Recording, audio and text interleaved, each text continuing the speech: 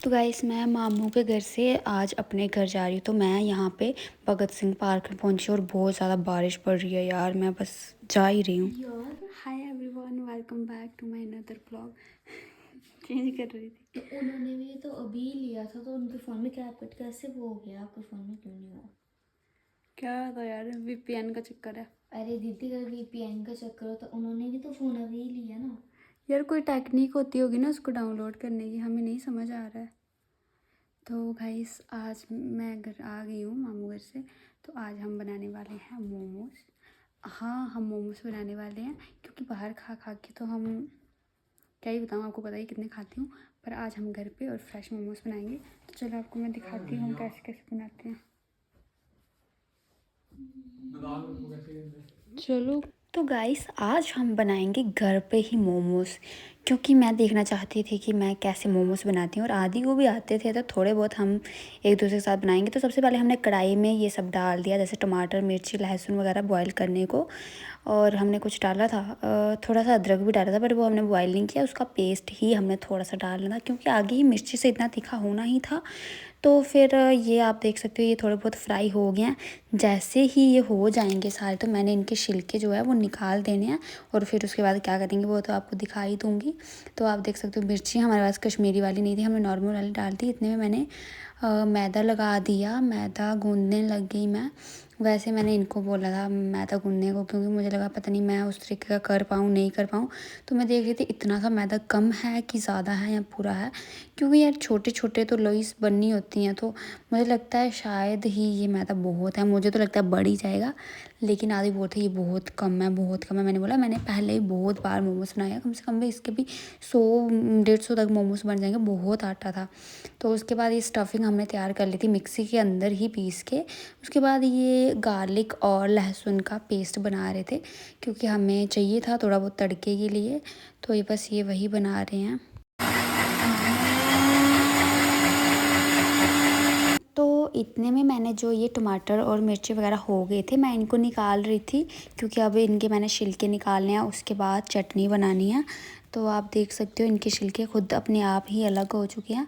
तो मैंने ये लहसुन के भी छिलके वगैरह नहीं निकाले थे, मैं अभी निकालूंगी, जो कि बहुत टफ़ है। अब मैं पछता रही हूँ कि मैंने पहले क्यों नहीं निकाले, क्योंकि लहसुन के छिलके उसके गल जाने के बाद बहुत मुश्किल होता है। वैसे मुश्किल नहीं होता है, इसलिए निकल जाते हैं, पर मुझे इस वक्त बहुत ज़्यादा मुश्किल लग रहा था।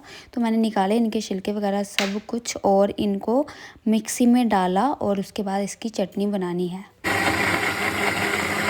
तो गाइस हमने चटनी को मिक्सी में पीस लिया है। तो इसका हम तड़का तैयार कर रहे हैं। इसमें थोड़ा सा लहसुन डाला है मैंने, क्योंकि चटनी में मैंने कम ही लहसुन डाला था, क्योंकि मैंने सोचा था तड़के में डालूंगी, क्योंकि उसकी खुशबू बहुत ज़्यादा अच्छी लगती है।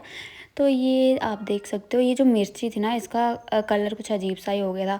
कश्मीरी मिर्ची डालनी चाहिए चटनी में, लेकिन हमारे घर पे नहीं थी, तो हमने इसी से काम चलाया। लेकिन फिर भी चटनी बहुत ही ज़्यादा टेस्टी बनी थी, पर तीखी बहुत थी। हाँ ठीक है, हमने कम ही खाई, अगर तीखी नहीं होती तो मुझे लगता है हम सारी ही खा जाते, पर बहुत टेस्टी बनी। उसके बाद जो मैंने ये स्टफिंग बनाई थी न्यूट्री और गोभी की, तो इसको मैंने तड़का लगा लिया। इसको तड़के में मैंने क्या किया था, थोड़ा सा लहसुन और अदरक का पेस्ट, उसका तड़का लगाया ताकि खुशबू आ जाए और ये अच्छे से पक जाए। तो मैंने पका लिया जल्दी जल्दी से। उतने में हमने ये मोमोज़ को भरना भी स्टार्ट कर दिया। एक मतलब हम 3 बंदे लगे थे, एक कुछ कर था एक कुछ कर था। तो मैं ये इसको मोमोज़ को शेप देने की काम कर रही थी। मुझे थोड़ा बहुत आता था, तो मैं वही काम कर रही थी। लेकिन आदि बोलते नहीं मैं तेरे से अच्छा करता हूँ, लेकिन इनसे नहीं हुआ। फिर मैंने इनको बोला जो आपको आता है आप वो करो, ताकि जल्दी से हो जाए। तो ये मुझे बेल के दे रहे थे, लोई वगैरह बना के दे रहे थे। तो मोमोज़ बन ही रहे थे, पर हाँ टाइम लगता है यार। उसके बाद ये स्टीम करने के लिए रख रहे थे। आप मुझे बताना मैंने कैसी शेप बनाई है। हाँ मैंने थोड़ा ट्राई किया, मैंने इससे पहले 2 बार बनाया। उसके बाद ये स्टीम करने के लिए रख रहे थे, और देख सकते हो स्टीम के लिए हमने कितना ज़्यादा बड़ा सा ये बर्तन लिया है, क्योंकि इतने से मोमोज भी थे, एक इसमें है एक नीचे वाले में है। तो कुछ हमने फ्राई करनी है, कुछ हमने स्टीम ही रखना है, क्योंकि आज बहुत मन था। तो मैंने आपको पहले ही बोला था कि आटा बहुत ज़्यादा है, और सच में बहुत ज़्यादा था। तो आप देख सकते हो। फिर उसके बाद मैं मटर बनाई थी, इसमें मैंने अजवाइन डाली, और इनको पतला पतला ऐसे करके मैंने इनका शेप दे दी। और ये बहुत ही टेस्टी बने थे, इतने ज़्यादा क्रिस्पी, मैं आपको क्या बताऊँ।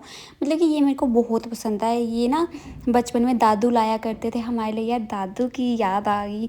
तो बहुत मज़ा आता था इनको खाने में। मतलब मैंने जैसे ही खाया ना, मुझे बिल्कुल क्रिस्पी जैसे लगे और इतना अच्छा टेस्ट आया, बिल्कुल बचपन की याद आ गई।